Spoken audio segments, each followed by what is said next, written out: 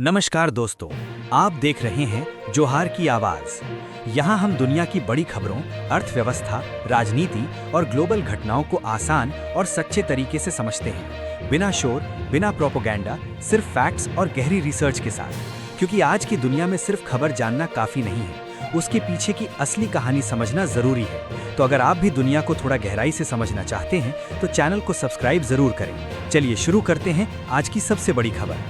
झारखंड के लातेहार जिले में पुलिस को बड़ी सफलता मिली है।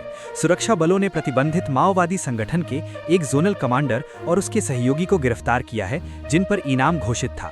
गिरफ्तारी के दौरान पुलिस ने AK-47 राइफल, कई मैगजीन, नकदी और माओवादी साहित्य बरामद किया। ये कार्रवाई राज्य में नक्सल गतिविधियों के खिलाफ चल रहे अभियान का हिस्सा है।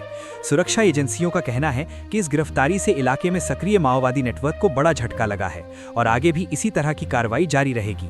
सरहुल, रामनवमी और ईद जैसे बड़े त्योहारों को देखते हुए राजधानी रांची में सुरक्षा व्यवस्था कड़ी कर दी गई है। पुलिस प्रशासन ने PCR वाहनों और गश्ती टीमों को विशेष निर्देश दिए हैं। संवेदनशील इलाकों में चेकिंग बढ़ाई गई है और बैंक, पेट्रोल पंप तथा ज्वेलरी दुकानों पर निगरानी तेज कर दी गई है। अधिकारियों ने पुलिसकर्मियों को सतर्क रहने और किसी भी घटना पर तुरंत कार्रवाई करने के निर्देश दिए हैं, ताकि त्योहारों के दौरान कानून व्यवस्था पूरी तरह नियंत्रण में रहे। राज्य में बढ़ते नशे के कारोबार को लेकर विधानसभा में गंभीर चर्चा हुई है। सरकार ने संकेत दिया है कि ड्रग्स तस्करी के खिलाफ सख्त कदम उठाए जाएंगे। कई जिलों में हेरोइन और ब्राउन शुगर की बढ़ती तस्करी चिंता का विषय बन चुकी है। युवाओं में बढ़ती नशे की लत और इससे जुड़े अपराधों को रोकने के लिए हर जिले में विशेष टास्क फोर्स बनाने की योजना पर विचार किया जा रहा है। सरकार का कहना है कि आने वाले समय में ड्रग्स माफियाओं पर कड़ी कार्रवाई की जाएगी। पश्चिमी सिंहभूम जिले में एक दर्दनाक सड़क हादसे में 3 युवकों की जान चली गई। बताया जा रहा है कि तेज रफ्तार बाइक अचानक अनियंत्रित होकर दीवार से टकरा गई। टक्कर इतनी भीषण थी कि तीनों युवकों की मौके पर ही मौत हो गई।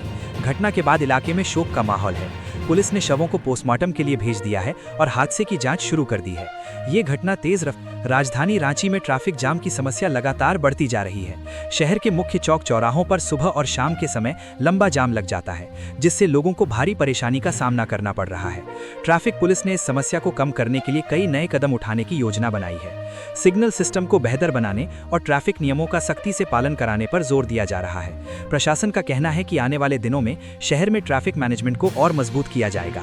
झारखंड के कई जिलों में मौसम ने अचानक करवट बदली है। तेज हवा और हल्की बारिश के कारण तापमान में गिरावट दर्ज की गई है। मौसम विभाग के अनुसार अगले कुछ दिनों तक कई इलाकों में बादल छाए रह सकते हैं और कहीं कहीं हल्की बारिश भी हो सकती है। किसानों के लिए ये मौसम फायदेमंद भी हो सकता है, क्योंकि इससे फसलों को राहत मिलेगी। हालांकि प्रशासन ने लोगों को खराब मौसम के दौरान सावधानी बरतने की सलाह दी है। धनबाद जिले में अवैध कोयला तस्करी के खिलाफ पुलिस ने बड़ी कार्रवाई की है। छापेमारी के दौरान कई ट्रकों और ट्रैक्टरों को जब्त किया गया है, जो अवैध रूप से कोयला ले जा रहे थे। पुलिस का कहना है कि इस क्षेत्र में लंबे समय से कोयला तस्करी का नेटवर्क सक्रिय है। प्रशासन अब इस नेटवर्क को पूरी तरह खत्म करने की कोशिश कर रहा है। अधिकारियों के अनुसार इस मामले में कई लोगों से पूछताछ भी की जा रही है। राज्य सरकार शिक्षा व्यवस्था को बेहतर बनाने के लिए नई योजनाओं पर काम कर रही है। सरकारी स्कूलों में शिक्षकों की कमी को दूर करने और डिजिटल शिक्षा को बढ़ावा देने पर विशेष ध्यान दिया जा रहा है।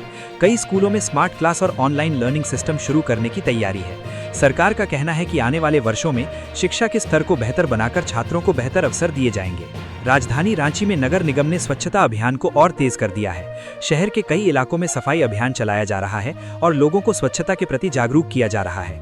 अधिकारियों का कहना है कि शहर को साफ और सुंदर बनाने के लिए नागरिकों का सहयोग भी बहुत जरूरी है। आने वाले दिनों में कचरा प्रबंधन और सफाई व्यवस्था को और मजबूत किया जाएगा। जमशेदपुर में औद्योगिक विकास को बढ़ावा देने के लिए कई नई योजनाओं पर काम किया जा रहा है। राज्य सरकार निवेश को आकर्षित करने के लिए उद्योगपतियों से बातचीत कर रही है। इससे आने वाले समय में रोजगार के नए अवसर पैदा हो सकते हैं। विशेषज्ञों का मानना है कि अगर निवेश बढ़ता है तो इससे पूरे क्षेत्र की आर्थिक स्थिति मजबूत होगी। राज्य सरकार स्वास्थ्य सेवाओं को बेहतर बनाने के लिए कई कदम उठा रही है। जिला अस्पतालों में नई सुविधाएं जोड़ने और डॉक्टरों की संख्या बढ़ाने पर जोर दिया जा रहा है। ग्रामीण इलाकों में स्वास्थ्य सेवाओं को मजबूत करने के लिए मोबाइल मेडिकल यूनिट भी शुरू की जा सकती है। सरकार का कहना है कि लोगों को बेहतर स्वास्थ्य सुविधाएं देना उसकी प्राथमिकता है। बोकारो जिले में खेल प्रतिभाओं को आगे बढ़ाने के लिए विशेष प्रशिक्षण कार्यक्रम शुरू किए जा रहे हैं। युवाओं को फुटबॉल, हॉकी और एथलेटिक्स जैसे खेलों में प्रशिक्षण देने की योजना है। इससे राज्य के खिलाड़ियों को राष्ट्रीय और अंतर्राष्ट्रीय स्तर पर प्रदर्शन करने का मौका मिल सकता है। खेल विभाग का कहना है कि युवाओं को खेल के प्रति प्रोत्साहित करना जरूरी है। राज्य सरकार झारखंड में पर्यटन को बढ़ावा देने के लिए नई योजनाएं बना रही है। प्राकृतिक सौंदर्य, झरनों और जंगलों के कारण ये राज्य पर्यटन के लिए काफी संभावनाएं रखता है। प्रशासन कई पर्यटन स्थलों को विकसित करने और बेहतर सुविधाएं देने की योजना बना रहा है। इससे स्थानीय लोगों को रोजगार के अवसर भी मिल सकते हैं। गिरिडीह जिले में अवैध खनन के खिलाफ प्रशासन ने सख्त कार्रवाई शुरू कर दी है। कई जगहों पर छापेमारी कर अवैध खदानों को बंद कराया गया है। प्रशासन का कहना है कि पर्यावरण को नुकसान पहुंचाने वाली ऐसी गतिविधियों को बिल्कुल बर्दाश्त नहीं किया जाएगा। दोषियों के खिलाफ कानूनी कार्रवाई भी की जा रही है।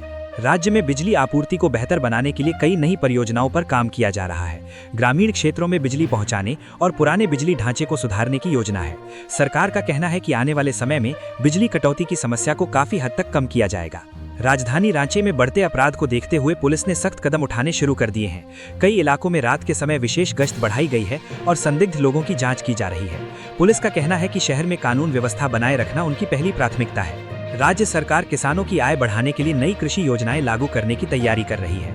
किसानों को आधुनिक खेती के तरीकों और बेहतर बीज उपलब्ध कराने पर जोर दिया जा रहा है। इससे उत्पादन बढ़ने की उम्मीद है और किसानों की आर्थिक स्थिति मजबूत हो सकती है। साहिबगंज में गंगा नदी के जरिए परिवहन को बढ़ावा देने के लिए नई परियोजनाओं पर काम किया जा रहा है। इससे माल ढुलाई आसान होगी और व्यापार को भी बढ़ावा मिलेगा। सरकार का कहना है कि ये परियोजना क्षेत्र के आर्थिक विकास में महत्वपूर्ण भूमिका निभा सकती है। राज्य सरकार युवाओं को रोजगार देने के लिए कई नई योजनाएं शुरू करने जा रही है। स्किल डेवलपमेंट प्रोग्राम और स्टार्टअप को बढ़ावा देने पर विशेष ध्यान दिया जा रहा है। इससे युवाओं को आत्मनिर्भर बनने का मौका मिल सकता है। राज्य में डिजिटल सेवाओं को बनाने की दिशा में तेजी से काम किया जा रहा है। कई सेवाएं अब ऑनलाइन उपलब्ध कराई जा रही हैं, जिससे लोगों को सरकारी दफ्तरों के चक्कर कम लगाने पड़ेंगे। प्रशासन का कहना है कि डिजिटल सिस्टम से पारदर्शिता और सुविधा दोनों बढ़ेंगी।